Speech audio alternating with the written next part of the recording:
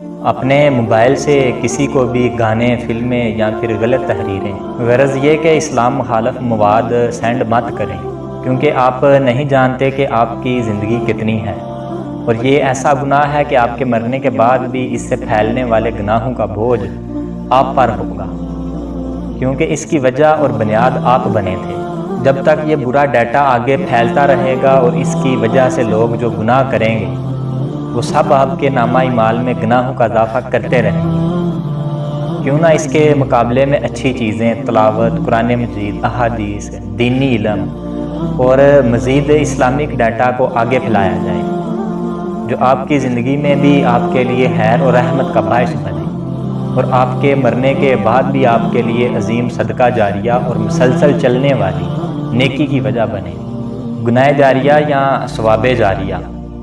فیصلہ آپ کے ہاتھ میں ہے، کیونکہ ابھی وقت ہے۔